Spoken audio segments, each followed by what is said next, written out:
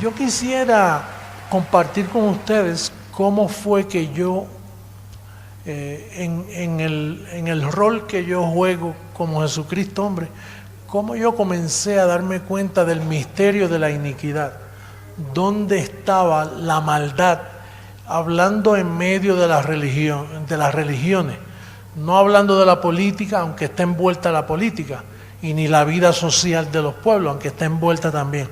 Pero cómo fue que yo comencé a darme cuenta, porque al principio yo lo que hacía era disfrutando que fui un predestinado, un escogido, un bendecido, que el diablo fue destruido. Y yo veía tanta maravilla que yo, imagínate, yo lo estaba disfrutando solo porque no estaban ustedes. Y a principio, en mi desconocimiento, pues yo pensaba que era para mí, porque yo se lo decía a los demás y nadie creía.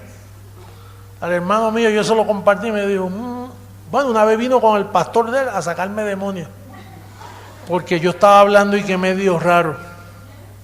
Entonces, pues yo lo estaba disfrutando yo y tenía, después de ese alumbramiento que tuve, tenía que estar leyendo la Biblia de nuevo, porque lo que había leído antes era la letra, no el espíritu de eso que yo leía. Entonces cuando lo leía no podía leer más de 2 versos, dice, pero porque le veía la vida de cada verso. Pero una vez comencé a leer a Gálatas capítulo 1 verso 18. Gálatas 1:18, ahí yo aprendí muchas cosas. Vamos a leerlo en la pizarra. Dice, después pasados 3 años, ya usted se tiene que detener. Dice, ¿qué importa? ¿Qué significa 3 años? Pues que 3 años de conversión.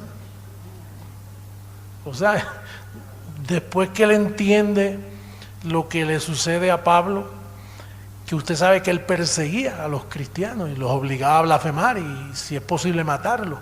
Él fue el culpable de la muerte de Esteban.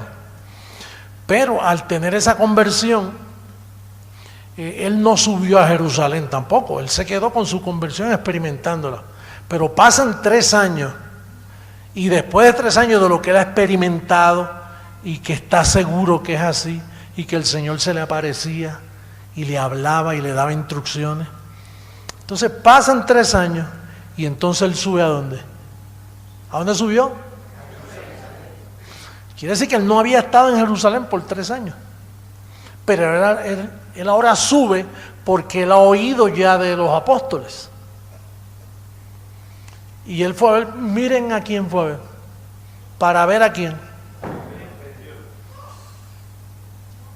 Para ver a Pedro. Y ya Pedro estaba montado ya con los demás apóstoles, quitándole las propiedades a la gente, las vendían, ponían todas las ganancias a sus pies. Pedro siempre decía, acuérdense de los pobres, y por eso le daban mucho dinero. Pero que él no se acordaba nada. Nunca hay nada revelado que él ayudó a los pobres. Pero él siempre utilizaba, es como las organizaciones de hoy que dicen, acuérdense de los niños, envíe. Y han descubierto en Estados Unidos que reciben millones y millones, y entonces los niños lo que reciben son una porción, ni 1% para los niños. Pero se usa ese método para sacar fondos. Entonces, dice, y permanecí con él 15 días. Ahí fue que la cabeza mía comenzó a dar vuelta. 15 días con Pedro, sin radio, sin televisión, sin el ruido de hoy que hay hoy para entretenerte en tantas cosas. No había fútbol, balompié, no había deportes desarrollados como ahora hay. No había boxeo, no había pelota, no había... Y 15 días viendo a Pedro.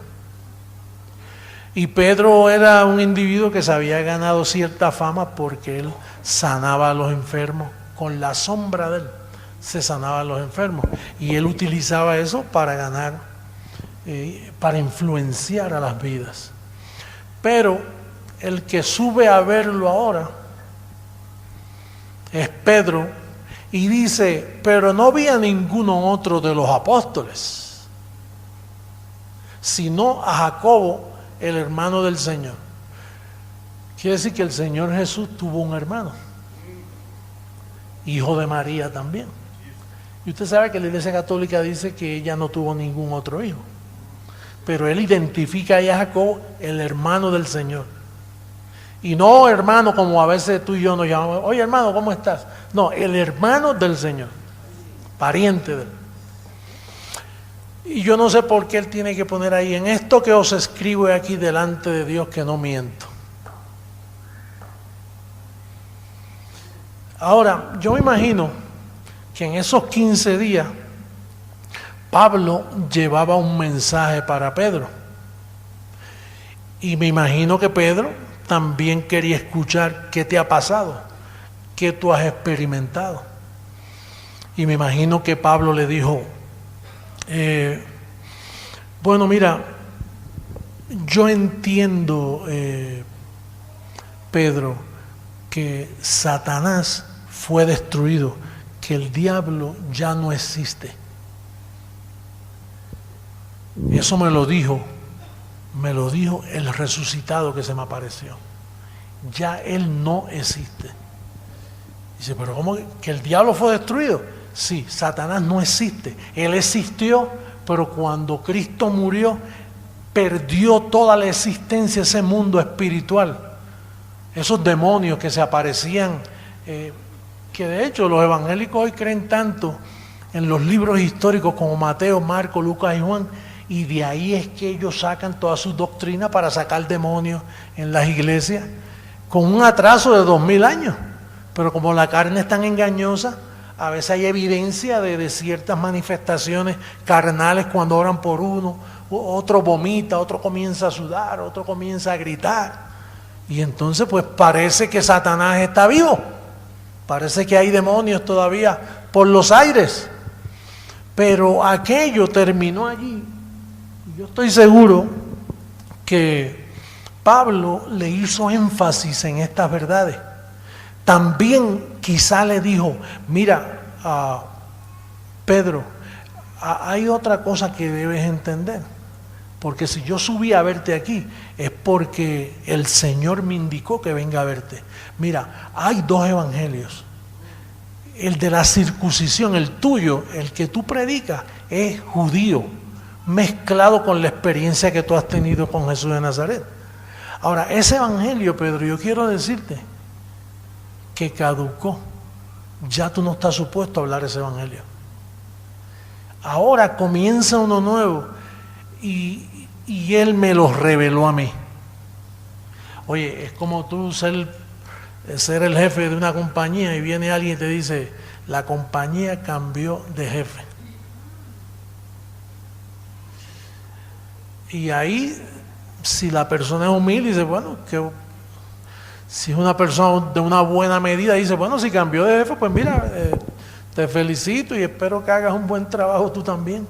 Pero si no, vienen unos celos, porque te quedaste sin trabajo. Y entonces ahí Pablo comenzó a explicarle, mira Pedro, yo sé que esto es difícil, pero después de la cruz, el evangelio que ustedes predican no tiene sentido, porque el pacto cambió. Ahora el que se une al Señor, un espíritu es con Él. Ya no hay que estar orando como ustedes oraban, espíritu ven, ya está. Y eso comenzó a dejar a Pablo sin trabajo en su mente. Y dice, ¿y qué yo voy a predicar ahora? Por eso cuando estos pastores me escuchan a mí, aunque les caiga bien, aunque puedan aprender de mí un poquito en el internet, pero ellos dicen, si acepto lo que él dice, me tengo que sentar a escuchar. Pierdo, hay vientre envuelto. O sea que para entrar aquí hay que amar la verdad. Yo felicito a cualquiera de ustedes que fue pastor del sistema. ¿Hubo alguien aquí que fue pastor del sistema antes de llegar aquí? 3, 4, ¿cuántos más?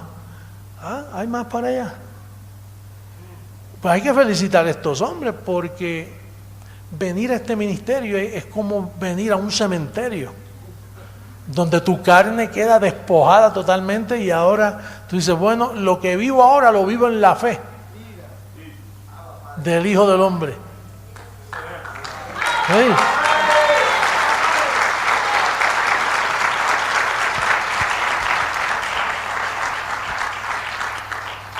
Yo me imagino que le dijo también, oye, Pedro, yo los escucho a ustedes cuando están, he visto en estos 15 días que tú le dices, Dios te bendiga, Jacobo.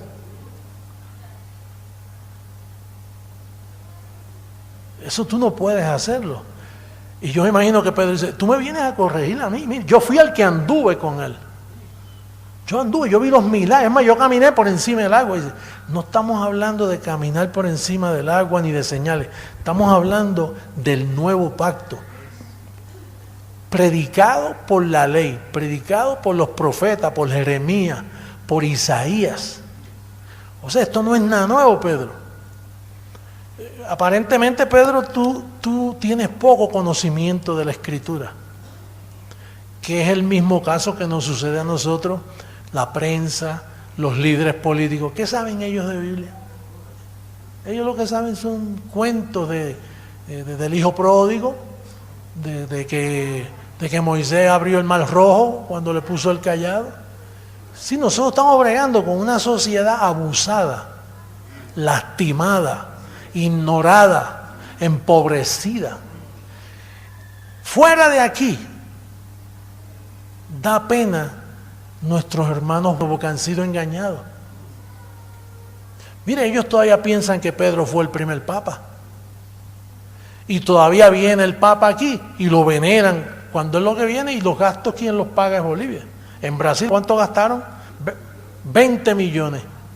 ¿Quién gastó 20 millones? Los brasileros. Eso no lo puso el romanismo católico. Él viene y se espera que el presidente, sin tener dinero, que a veces están endeudados con otras naciones, pero viene el Papa y hay que sacar 20 millones.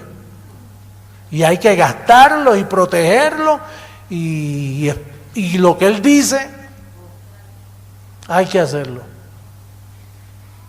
Yo vengo de Santo Domingo, que me dijo uno de los bendecidos allá, que llegó un hombre del Vaticano a exigir de los impuestos del pueblo dominicano, exigir un dinero, y cuando lo confrontaron, dice, yo no vine aquí a preguntar si sí o no, yo vine aquí a un sí. Es el gobierno del Vaticano. ¿Y tú sabes de dónde salió ese gobierno falso? De esta reunión que estamos hablando. Porque en esos 15 días allí se hablaron cosas de la verdad del Evangelio.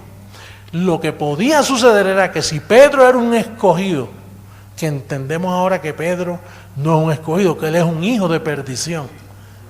Bueno, el único que Cristo le dijo, apártate de mí, Satanás, porque eso es lo que tú eres.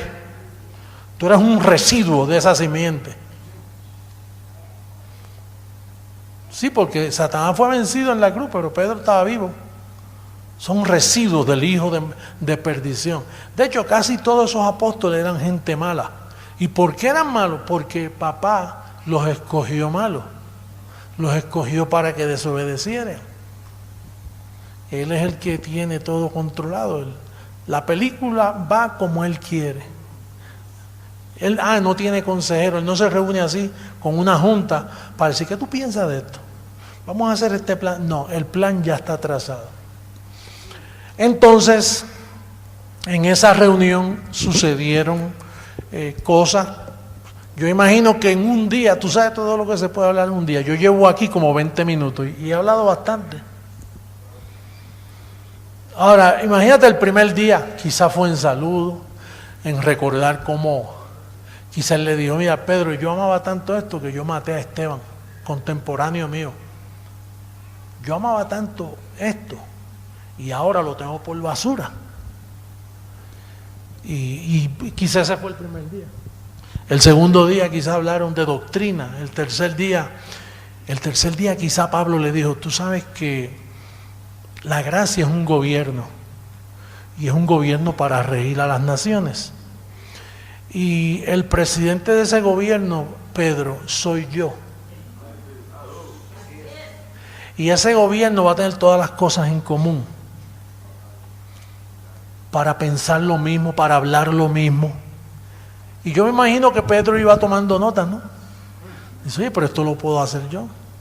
Todo lo que yo tengo que hacer, me imagino que Pedro dijo, todo lo que yo tengo que hacer es cómo quitar a este hombre del medio para darle validez a los 33 años, para forjarle ahí una religión bonita y poner a María como la Santa Madre de Dios. El niñito, tenemos que hacer un misticismo de él.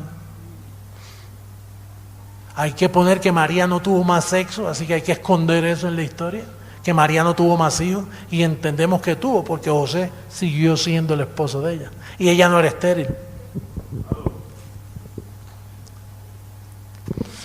Entonces yo creo que Pedro, Jacobo y Juan se reunieron porque tuvieron muchos años para hacerlo. Y lo planificaron, ellos vieron el efecto de la vida de Pablo en aquellos días y finalmente dijeron, este hombre tiene que morir, hay que sacarlo, hay que callarlo. Y aquí es que está la maldad. Usted que me está escuchando hoy o por las cámaras de Telegracia mundialmente hablando, usted tiene que salir del letargo, de la monotonía de su mente.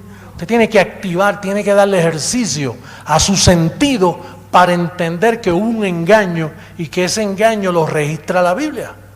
Y que ese engaño quien lo comenzó fue Pedro, jefe del grupo de la circuncisión, de los ancianos que una vez decidieron darle muerte a Pablo. Y no pudieron en aquel tiempo. Aunque luego después lo lograron en Roma. Lograron matarlo. Y Pablo, que expresa en Romanos 16, pronto iré a España a buscar un fruto de ustedes. Dijo, pronto iré. Ese pronto no se le dio. Lo mataron en Roma y Pablo no llegó a España. Pero entonces hubo ocupación de ese grupo que ya se estaba formando de que quien fuera a España fueran discípulos de la circuncisión. Y entonces llegaron y presentaron su historia en España. La reina Isabel, una mujer muy pudiente para aquellos tiempos, le encantó la historia porque es una historia que embruja a uno. Es una historia, por eso Jesucristo dijo, el que ponga los ojos en mí, lo voy a quebrantar. No pongan los ojos en esto, pongan los ojos en el propósito de la cruz, pero no en mí. Porque Jesús de Nazaret es una persona que por su vida y su sufrimiento embruja la mente. Por eso Juan, cuando habló de él, Dios es necesario, como la serpiente en el desierto fue levantada, así también el Hijo de Jesús de Nazaret sea levantado. Entonces, de ahí surge que llegan los discípulos de Pedro a España. Isabel decide ayudarlos. Pone el dinero para que Cristóbal Colón, otro asesino más de la historia que tanto yo le cantaba en mi escuela. Cuando yo era jovencito me enseñaban a cantarle a él. Porque el gran descubridor, y es verdad, descubrió, pero los crímenes que cometieron fueron tremendos. Y entonces establecieron la falsedad de la iglesia, el catolicismo romano. Es una falsedad en grandes proporciones. Eso ha destruido al mundo. Y yo he venido a desmantelar ese negocio.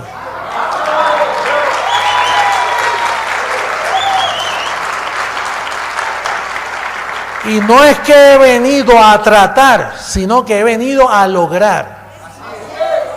Porque ya el tiempo pasó. Ya los 2000 años de engaño tomaron lugar y el daño es muy notable en todas las naciones. La razón de la pobreza es esa. ¿Por qué todo el mundo inmigra a Estados Unidos? Todos buscan llegar allá. Y es verdad, allí hay prosperidad. En Estados Unidos hay mucha prosperidad. Hay mucho sufrimiento también y hay muchas situaciones que solo la persona que llega allá comienza a descubrir dónde se metió. Pero pero la mayoría de los pueblos, su moneda ha devaluado. Tú preguntas, ¿cuánto vale? ¿Cuánta moneda? ¿Cuántos boli? Es $1. ¿Cuánto? 8. Y así, las diferentes monedas. ¿Por qué un boliviano no es $1? Entonces quiere decir que hay mucho trabajo que hacer y eso es responsabilidad tuya y mía. Perdóname, y fácil de lograr. Nadie aquí va a trabajar mucho, incluyéndome a mí. Yo no voy a trabajar mucho en esto. Yo lo que tengo que hacer es hacer lo que tengo que hacer, hablar, enseñar. Y tú lo que tienes que hacer es recibir y pasarlo. Como dicen los americanos, pásalo. Y lo pasas allá y lo pasas allá. Y la misma palabra, no tú ni yo, porque es haciendo Él en nosotros. Y entonces, ahora tenemos que ser fieles en eso. Pasar la palabra sin miedo a la persecución. Mire, y la persecución ha apretado. La persecución es fuerte. Un familiar tuyo, la madre, ¿sabes? Que ya son lazos. Pero que cuando está la verdad por el medio, uno lo hace con cariño, pero sea madre, padre, mira, lo siento por ahora, pero papá Dios es primero. Y Él se encargará de hacer hasta que tú despiertes.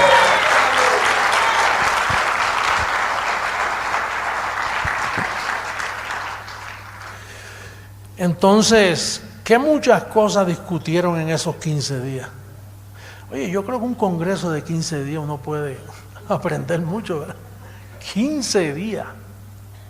Tremendo. Yo creo que ahí Pedro sufrió, se puso rojo, se enfureció, se puso bravo. ¿Qué mucho habrá pasado?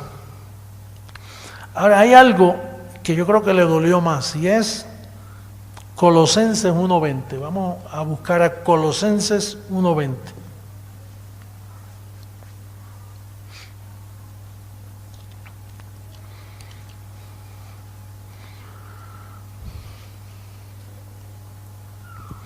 Y por medio de Él, vamos a actuar ahora. Pedro, yo Pablo te digo que por medio de Él reconcilió consigo todas las cosas, así las que están en la tierra, donde tú estás ahora, Pedro, como las que están ¿dónde? En los cielos, haciendo la paz mediante la sangre de su cruz. ¿Tú sabes lo que le dijo ahí? Pedro, ¿por qué cuando tú hablas del cielo miras hacia arriba? Si ya Él reconcilió el cielo y la tierra. ¿Tú sabes por qué? Si se reconcilió es porque antes eran una unidad, el cielo y la tierra. El pecado trajo una desunidad. Pero al Cristo morir, reconcilió, unió. ¿Y qué es lo que tú estás tratando de decir, Pablo? Dice, bueno, pues que el asunto, la fiesta es aquí en la tierra.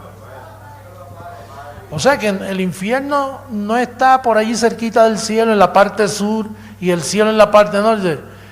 El infierno es un periódico de ayer, Pedro. El infierno era el crematorio donde botan la basura a los pueblos, donde el gusano nunca muere, porque botan animales que están descompuestos y bota gusanitos, y donde el fuego nunca se apaga. Dice, sí, pues ese es el infierno. Dice, pues el infierno que está fuera de la ciudad. Ah, entonces no existe el infierno tampoco. Dice, Pedro, por eso te digo que te tienes que someter. Tenemos que renovar tu mente. Oye, tendremos que decirle eso al sistema protestante de hoy. Tenemos que renovar tu mente porque tú estás enviando a la gente al infierno. ¿A qué infierno? Que muchas cosas sucedieron ahí, en esa reunión. Y nosotros tenemos que tenerlas claras porque esas son las evidencias nuestras. Lo que sucede es que la prensa a mí no me da tiempo para explicarlo así con este detalle. Pero si la prensa o las personas se meten a las páginas del internet, van a ver esto claro. Bueno, y entonces, si el cielo y la tierra fueron reconciliados, lo que falta es algo. Que nosotros que estamos en los cielos, sentados juntamente con Él, y que estamos en la tierra, necesitamos un cambio. Ese cambio está en primera carta a los Corintios, capítulo 15, verso 54. Vamos a ver ese cambio que hace falta. Ahí está. Y cuando esto corruptible se haya vestido de incorrupción y esto mortal se haya vestido de inmortalidad, entonces se cumplirá la palabra que está escrita: sorbida es la muerte en victoria. Quiere decir que ya el cielo y la tierra se reconciliaron. Está todo reconciliado. En la tierra no hay nada malo. Los peces están bien lindos, los animales están preciosos, el agua, los paisajes. Aquí todo está bien. Hemos inventado de todo, aviones, la ciencia ha aumentado, la tecnología. Pablo no tenía eso. Pobrecito, él debe estar allá. Me imagino que la medida de él es buena y dice: oye, esta partecita mía fue la más difícil, que enseñé, dejé escrito y nadie creyó en mí. Pero lo que falta aquí es un cambio, y es el cambio de cuerpo mortal a cuerpo inmortal. Esa es la recompensa.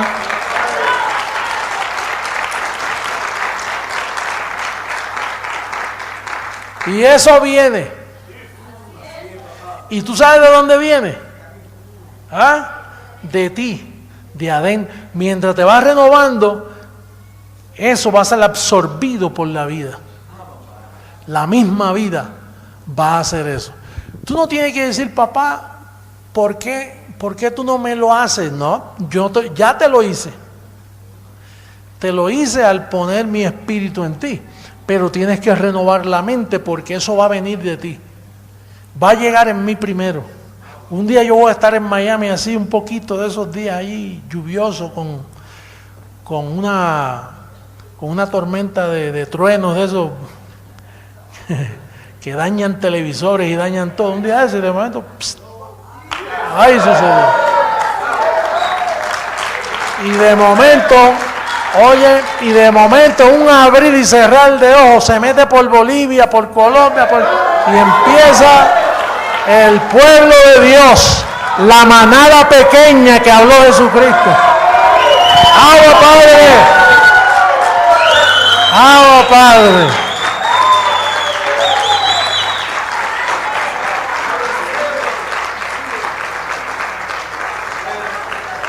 Y eso nos lo va a dar Papá Dios. Así de pie vamos a leer el último verso en el 58. Búscame el 58, ahí mismito. El verso 58. Así que, hermanos míos, estad firmes y constantes, creciendo en la obra del Señor siempre, sabiendo que vuestro trabajo en el Señor no es en vano. Los amo mucho, los quiero mucho. Sigamos creciendo, sigamos hablando la palabra. Gracias. Los músicos, ¿sí? Los músicos.